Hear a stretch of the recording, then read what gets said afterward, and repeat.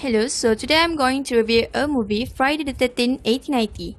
The movie was released on May 9, 1980, directed by Sean S. Cunningham. The actors are Erin King as Alice, Betsy Palmer as Mrs. Voorhees, Harry Crosby as Bill, and Peter Bowers as Steve.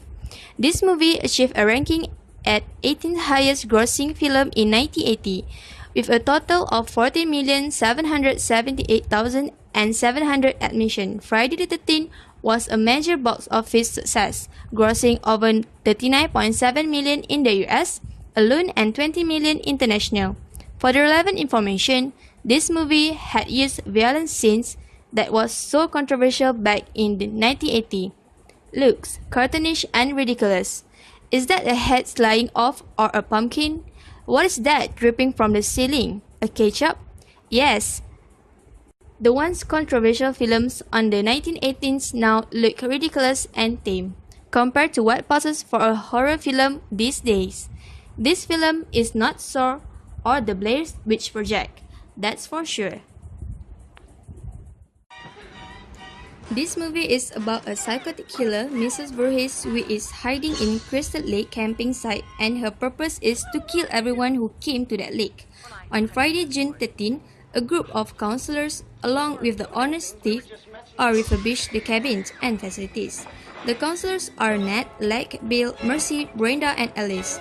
There is another person who will be in charge for cooking, which is Annie, but Annie never reached the campsite because she was killed by Mrs. Voorhees on her way to the lake.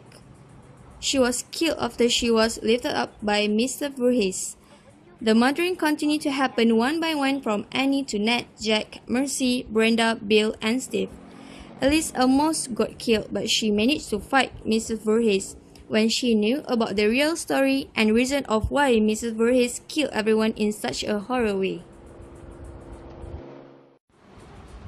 I found 3 weaknesses in this movie, which is sound of the music, bad actors, and how the camera works.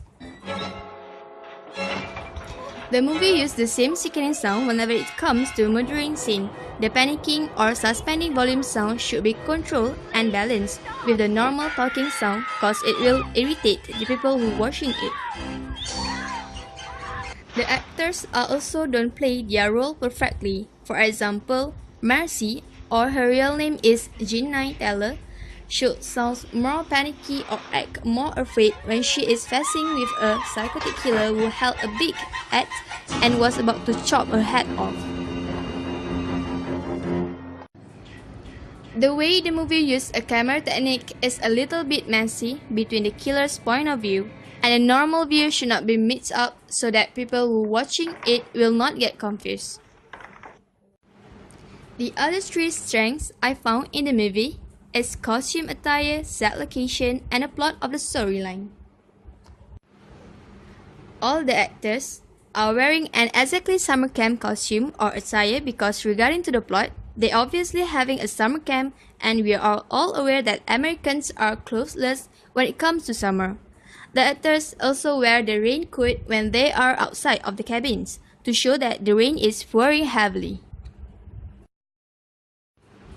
Their set location also originally take from the real camping site, which make the movie are not running from the real story behind the horror event happened in Crystal Lake campsite.